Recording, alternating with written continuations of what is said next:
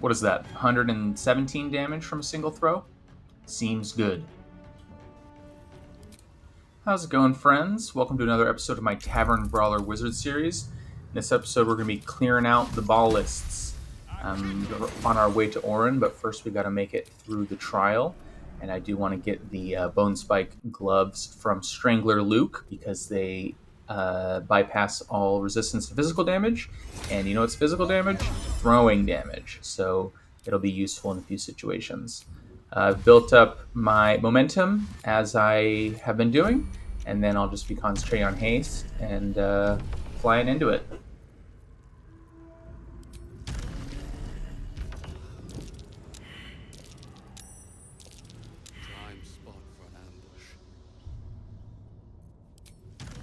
Remember what I was saying about how there's a lot of ledges in Act 3 again? Well, here is a great example of that.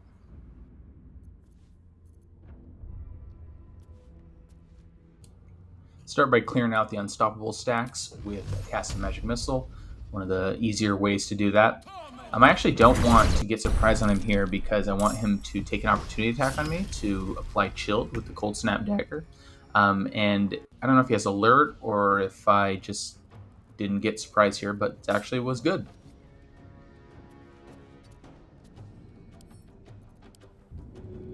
Just testing my measurements here, basically. You know, when you're gonna throw someone, you gotta measure it out and see where everything's gonna go.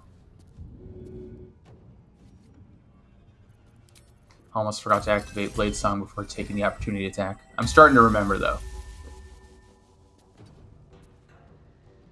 So if you didn't know, if you apply the wet condition to a character that is already chilled, it will instantly freeze them without a saving throw. It'll only apply the frozen condition for one turn, and frozen loses stacks at the start of your turn, so it won't cause them to lose their turn or anything like that. But it does give them vulnerability to the next instance of thunder, force, or bludgeoning damage that they take, so obviously very good with this character.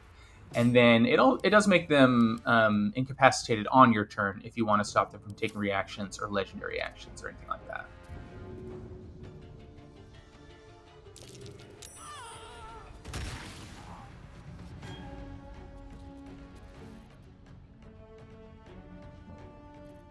Got to make sure we collect our prize. His body despawns when the encounter ends, so if you want to get these gloves, you have to kill him and loot him before you take care of the Farslayer.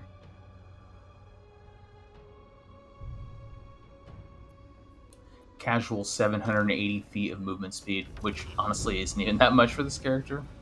I've got up to what, 1400, something like that.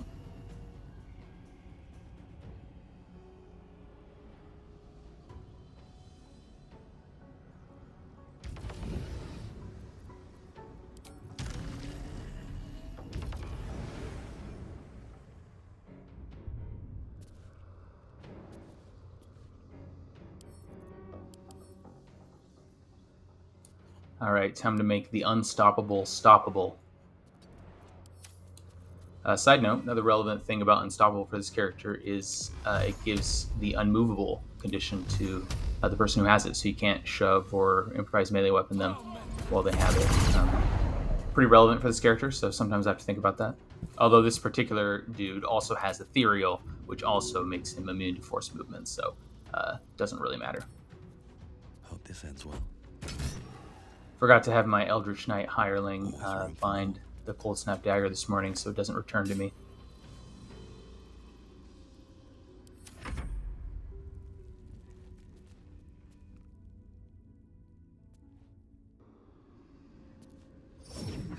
Just occurred to me that Benign Transposition is also the name of the Conjuration Wizard teleport, which you can also teleport your allies with. So I wondered, can he technically teleport his allies around? Has anyone ever seen him do that?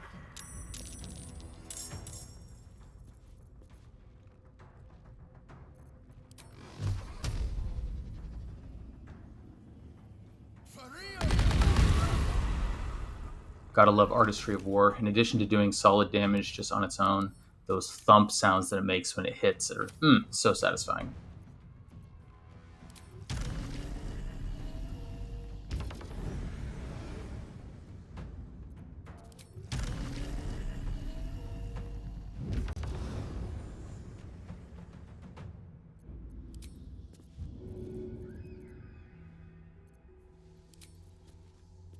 So here's a little trick I discovered with the returning axe. When it comes back to you, it's actually like coming back to you in the world with collision. It's not just an animation, and so you can like move and make it so it doesn't hit you when it comes back, and it'll still return to your inventory without dealing damage. In fact, sometimes if you get the angle right, you don't even have to move. It'll just like run into a pillar or the floor or something when it tries to come back to you. Very funny.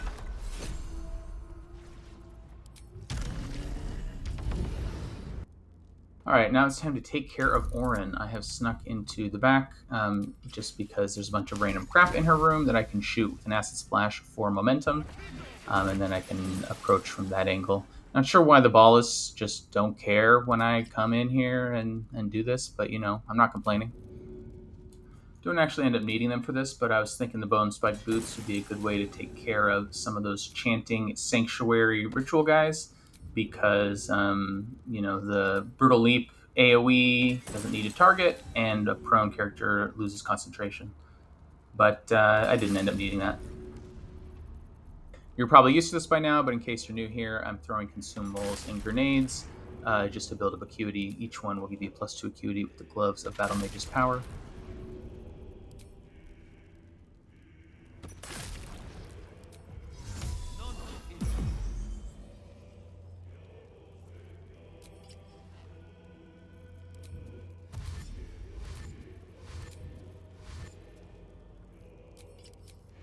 I actually entered turn-based mode too early a couple times while I was prepping for this boss fight, and then remembered other preparations I wanted to do. I can sometimes overthink big boss fights like this, kind of a cautious player like that. But you know, solo honor mode, you got to be somewhat cautious, right?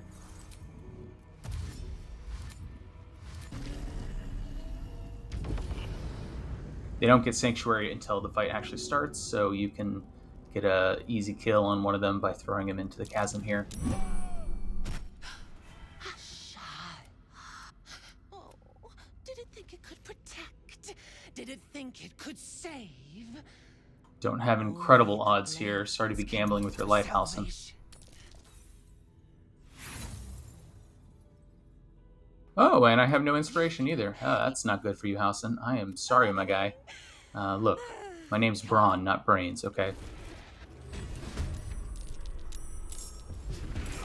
That's a Constitution save, that piercing growl effect, and I have very good con saves with advantage with the Amulet of Greater Health and first level Barbarian for proficiency.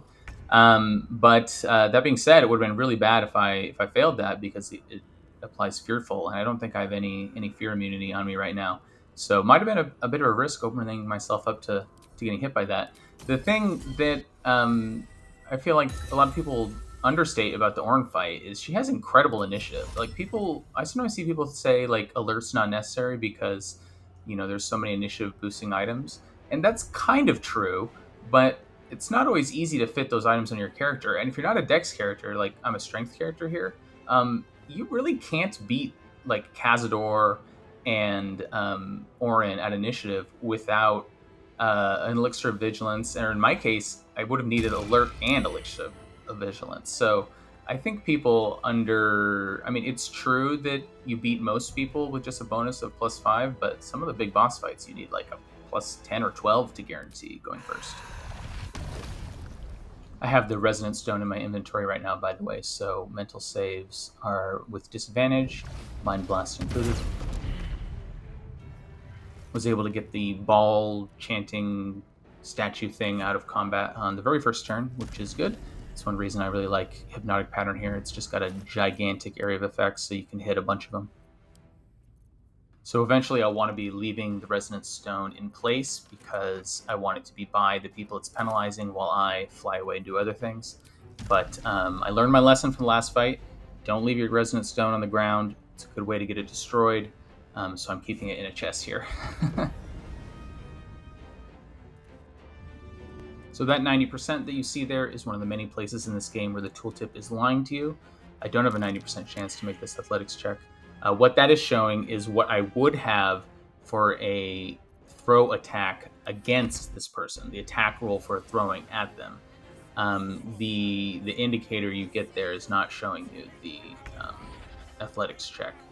The true odds you can see by mousing over a shove. I think that's actually accurate.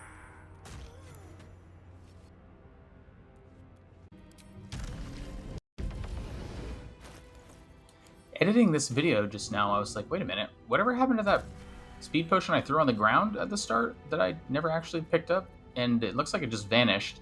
I didn't notice if one of them walked through it or something, or maybe it gets cleared by the cutscene. I have no idea, but I had to use 2 speed potions here. What a waste. So what I'm thinking about here is my plan is to use Phantasmal Killer on Orin, but that takes my concentration, and I'm currently concentrating on Hypnotic Pattern. I don't want to free this guy, who is a Death's Head of Ball, which means he has Stunning Gaze. If he stunned me and broke Orin free from the Phantasmal Killer, that would be bad. And I could have disadvantage on the save anyways because of Steeped in Bliss, so I'm kind of just trying to make my plan of action here. He also has Unstoppable, so I can't just throw him off the edge because it gives him the unmovable status.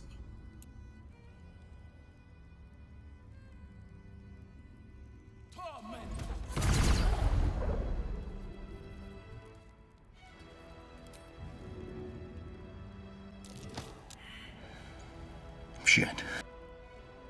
Well, right about now, I'm wishing I had advantage on athletics somehow.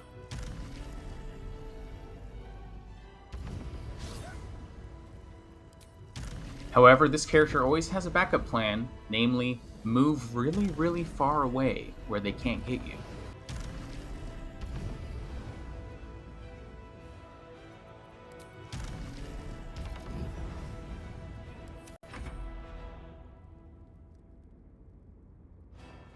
That's right, you little shit. You can't Stunning Gaze me from way over there, can you?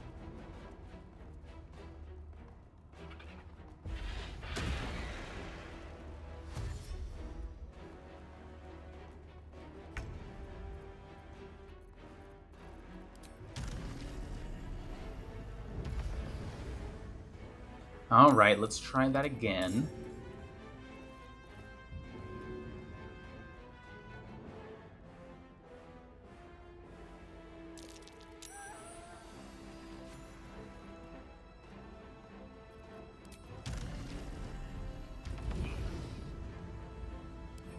Not sure why I don't just click and drag it here. I guess it saves a little bit of movement speed to put it in my inventory and then fly, but not like I need to be that cautious with my movement speed.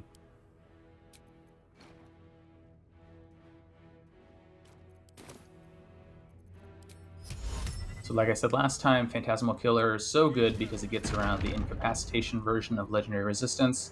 And I think I mentioned this before, but there's no critical successes or failures on in-combat saving throws, with the exception of death saves and concentration saves. So that 95% chance tooltip, that's a lie. I have 100% chance here. Orin only has, I think, +3 on her wisdom saves. And with Rhapsody and I have, 10 acuity? There's no possibility of her getting out of this. It's 100%. And then a side note, does anybody know why I didn't get Bloodlust Elixir there? Does it not trigger off chasm kills? I feel like I missed something. I know Cold a Weak won't trigger it, but I thought it only blocked Bloodlust if Cold a Weak did the killing. Is it because I didn't deactivate Cold a Weak? I'm confused.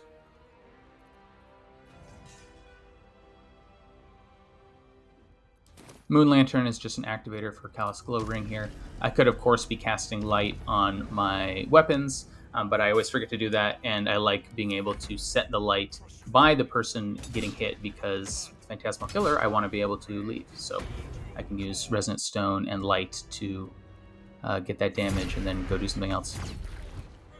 Slayer Orin has no range attacks, so since she can't move, she has to just sit there and slowly die to her worst nightmares. I wonder what those are. Maybe something with her mom? You could probably come up with something pretty dark for her.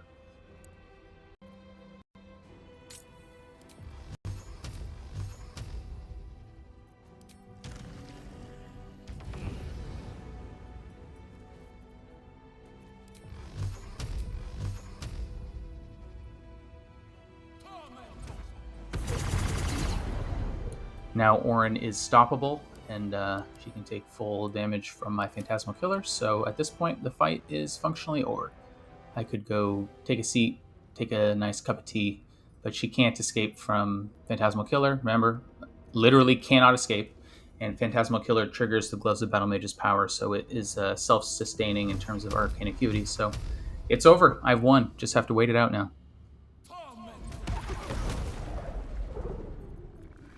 I get annoyed here that Cold Week prevents Bloodlust Elixir from triggering, but I actually don't think I would have gotten it if I turned Cold Week off there, because it probably wasn't enough damage to kill him outright. One of the many advantages of the lockdown strategy that I like so much is you don't have to worry about lethargy from haste effects. You kind of use the haste to get everything in place, and then you just let it wear off and take the skip turn. And it doesn't matter because they can't do anything anyways.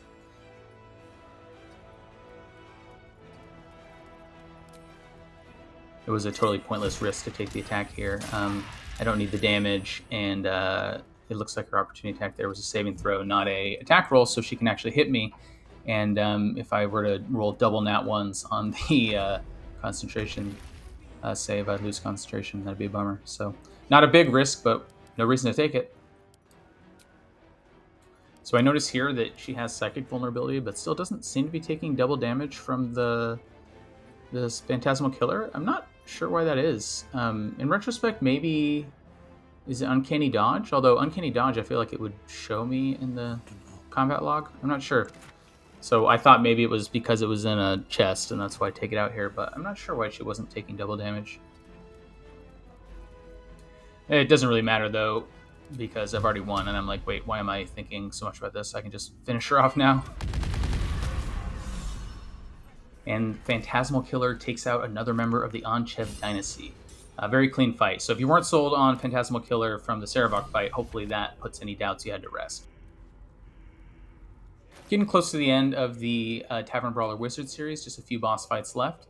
I've actually already started on my next run. I'll be releasing a teaser video for that coming soon, so if you've been enjoying this one, make sure to watch out for the next, and I'll talk to you next time.